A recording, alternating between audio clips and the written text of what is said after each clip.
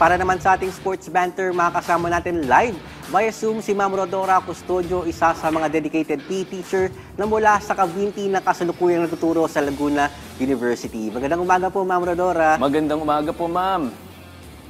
Yes, magandang umaga po. And syempre sa mga nanonood po natin, si On Air. Yes, magandang umaga. Ayan, Ma'am Rodora, syempre una kong tanong sa'yo.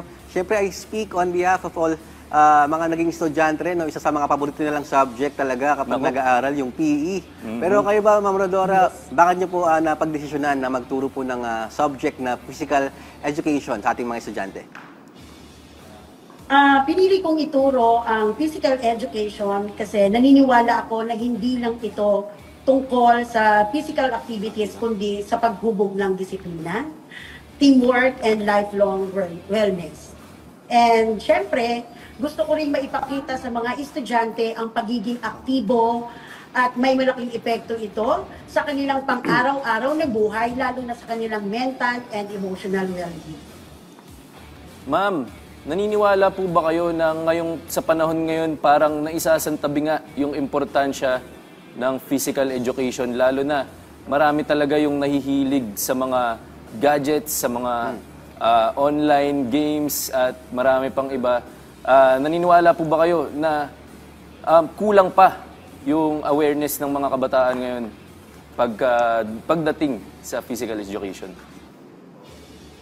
In terms of physical education, dahil mga bago na nga tayo ngayon, sa panahon ngayon, gumagamit kami ng ibang mga apps, online apps, diba, para mas mabilis ang aming interactive or engagement sa mga bata. Ito, Ma'am Rodora, And then, bilang isang guru din, ay gumagawa din kami ng paraan upang mas lalo naming mapalawak at ma-engage ang mga bata pagdating sa mga pagtuturo in terms of physical education. Ayan, Ma'am Rodora, base sa pagsisiyasat ng aming team, may pagkakataon daw na na-meet mo mismo ang ating kauna-unahang Filipina Olympic gold medalist na si Heidelin Diaz. Kumusta naman po yung naging experience? Kung nakapag-usap man po kayo, ano po yung napag-usapan po ninyo? Yes, talagang napaka-inspirational ang pagkikita namin. Sobrang makikita mo sa kanya ang tunay na disiplina, dedikasyon pagdating sa sports. And naibahagi din niya sa akin na hindi lang lakas ng katawan ang kailangan sa tagumpay, kundi ito ay pati lakas ng loob at tamang mindset. I'm sure, ma'am, na-inspire kayo dun sa meeting nyo with Heidelin Diaz. And partner, kailangan ni ma'am ng inspiration talaga dahil nga mahirap-hirap tong ginagawa niya. Yes. Pinagsasabay niya, partner, yung kanyang doctorate for PE.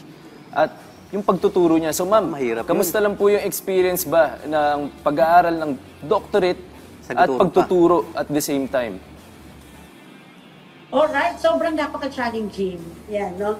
Sobrang challenging ang kailangan, pero talagang ito lang yung aking laging mini-maintain ang time management. Dahil sa pag-aaral ng doctorate, meron kang research, meron kang mga requirements and mga deadlines na dapat nating ipasa online. Upang habang pinapatuloy natin, gampanan ang pagiging guro sa mga bata. And as well as a mother, of course. And then, syempre, minsan napapagod, napapaiyak, pero kung maiisip ko, mas malaki ang parte o malaki ang maitutulong nito sa akin. And lalo na sa mga estudyante. Ito, Ma'am Rodora, for sure, napakahirap po sa inyo ng doctorate degree. And of course, nag-handle po kayo ng mga napakaraming mga estudyante for your PE class. Pero what keeps you motivated po to continue your profession as a teacher po dito sa Laguna University? Alright, so napakalaki ng motivation ko dito sa magsilbing guro para sa mga kabataan ay ang makita ko lang ang pagbabago ng buhay ng mga estudyante kapag nakikita ko silang malusog sila, natuto sila sa tamang disiplina, nagkakaroon ng passion, at suportahan sa kanilang mga hilig in terms of sports and fitness. Kasi pakiramdam ko kapag yun ay namimit ko, nawawala o sulit yung pagod na nararamdaman. Uy, napaganda naman nun. Sulit ang pagod. Pero, Oo nga. teammate, hindi pa pala natin tatanong kay Ma'am Rodora. No? Ma'am Rodora, anong mga grade level po bang tuturuan po ninyo? For my experience, for 25 years, nag-start talaga ako since ng junior high school. Yan, junior high school, and then for my 4 years here at Laguna University, college na ang tinuturuan ko. And also meron din kami continuing studies para sa mga workers. Yan ang yung mga hinahandle. Ma'am, bukod po sa pagiging isang guro at pag-aaral ng inyong doctorate, isa rin daw po kayong volleyball varsity team coach. Naku, dami So, ah. ang dami niyo pong hinahandle na mga bagay-bagay. Ma'am, mahirap po ba na pinagsasabay-sabay niyo po itong mga to, and paano niyo po nabibigyan ng oras ang pagko-coach niyo sa volleyball team? Hands-on talaga, oo, napakahirap pero fulfilling. And bukod sa physical training, kailangan mo din i-handle ang kanilang mga emotional, mental state ng players. May pressure kaming nananalo, pero mas mahalaga para sa akin na matuto sila ng teamwork, resilience at saka sportsmanship. At ang challenge doon ay papaano ko sila i-motivate, lalo na kapag may setback or talo sa laro. Naku, ito ma'am, nakita lang po namin, no, bukod sa volleyball, nag-coach din po pala kayo ng cheer dance. So napakarami niyo po talagang inahandle. Nakakabili po talaga paano niyo po inahandle itong mga bagay nito. Pero pagdating naman po sa cheer dance, paano niyo naman po, kumbaga kino-coach po itong team natin for cheer dance competitions po? Ayan, doon sa mga nako-coach ko, meron akong laging term na ginagamit na daig ng mabait ang magaling. Kasi mas importante sa akin talaga ang yung pag-uugali ng isang tao. Kasi magaling ka nga kung hindi mo naman ipakita yung tama at meron kang, alam nyo naman, hindi talaga mawawala. Pero dahil as a mother, as a instructor, or as a coach, lahat ng part para sa ikabubuti ng bawat individual ay ginagawa ko ng part. And then, sabi nga natin, hindi lang tayo coach, kumbaga in whole, dapat kinukup mo na talaga ang ating mga estudyante para mabigyan natin ng time. Yan. Ma'am, obviously, no, sports and fitness mahalaga para sa inyo. Halata naman dahil ito, yung dito nagre-revolve po itong career nyo ngayon. Meron kayong kino-coach, nagtuturo po kayo ng physical education, and at the same time, nag-aaral kayo ng doctorate degree para sa physical education din. Pero ma'am, ano po ba ang inyong tips o routine sa pagiging fit? Ano po yung workout routine nyo, and kung meron din po kayong diet na sinusundan, baka pwede nyo pong i-share sa amin. Una, of course, ay talagang kumain tayo ng tamang pagkain o tamang mga kinakain natin. And also, hindi lang mga masustansya, kundi sabayan talaga lagi natin ang pang-araw-araw na mga physical activities. Hindi, wag nating alisin yun kasi in terms na talagang gusto natin na tayo ay maging masigla, maayos ang ating pamumuhay. Di ba sinasabi nga natin, health is wealth. Wala yung mga karangalan natin kung hindi natin papangalagaan ng ating sarili. So dapat talaga, una talaga ay mag-exercise tayo every day, kahit anong dami ng ating ginagawa, kumain ng tama, and then syempre yung piliin natin lagi yung mas maayos na pamumuhay. Yung mga nakakahindran sa atin, pakinggan, pero mas lagi natin i-twist sa mas maganda at mas makakabuti para sa atin. No, ito naman, Ma'am Rodora, no, nabanggit mo kanina na you're coaching both cheerleading team and of course volleyball team. Pero as a coach na po nitong parehong ko po na po, ano na po ba yung mga na-achieve po din yung mga awards or mga championship for these teams, and of course, mga upcoming competition niya pa po this year?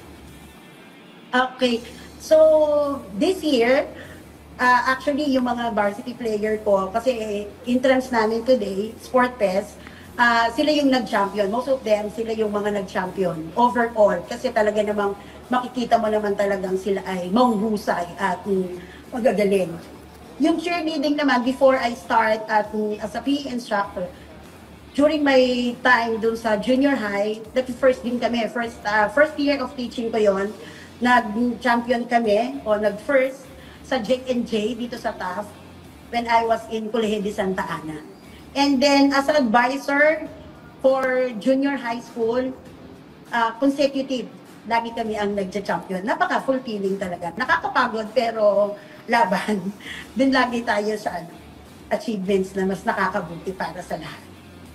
Ma'am, para sa mga estudyante nating Gen Z ngayon, no, alam natin marami pong distractions na nakakapag-hinder sa kanilang mag-pursue ng physical fitness minsan, partner, guilty rin ako dun, di ba? Parang marami Puro talagang cellphone na. distractions ngayon eh, di ba? Parang mga cellphone. laptop, oo. laro, lahat talaga, napakarami. So bilang isang physical education teacher po, ma'am, paano nyo po itinuturo o ibinabahagi sa inyong mga estudyante? What's the most effective way para ibahagi sa kanila ang pagiging fit sa panahon po ngayon? Okay. So, paano ko itinuturo? So, gumagamit ako talaga ng alternative learning. Like engagement activities na may halong technology. Like before talaga na, di ba wala naman tayong mga technology ngayon. Pero ngayon, mas open ang Gen Z and then mas lalo ko rin namang mas ginaganyan in terms of technology. Kasi nga, napaka-challenging ngayon sa atin ang mga bata eh. I'm using online challenges, gamified workouts, ayan. Mga pinakikita ko din. And also, alam ko rin sa kanila ang kahalagahan ng active lifestyle sa pamagitan ng real-life examples and experience. Hindi man ito requirements lang, pero ito ay isang habit na makatutulong sa kanilang pang-araw-araw na buhay. Ito, Ma'am Rodora, huli na lang para sa amin, nabibigyan namin sa iyo yung floor. Kumaga to give a message and shoutout sa lahat ng mga estudyante mo sa Laguna State University and of course sa mga in-handle mong volleyball teams and cheer dance team dito sa university mo ito. Go ahead po, Ma'am.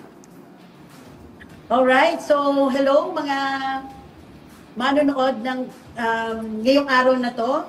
So binabati ko po ang aming eskwelahan sa Laguna University 19th founding anniversary today, and then syempre 1 week yon, so busy kami talaga today, and then nagkaroon din ako ng time para pa-interview nga ngayon. And then pinabati ko rin ang aking mga varsity players with my co-teachers sa mga PE, and of course our sports coordinator Mr. Junicio, hello, and also our President of the Laguna University, Dr. Monet Bato, and also our DPAA, Rosemary D. Sabato.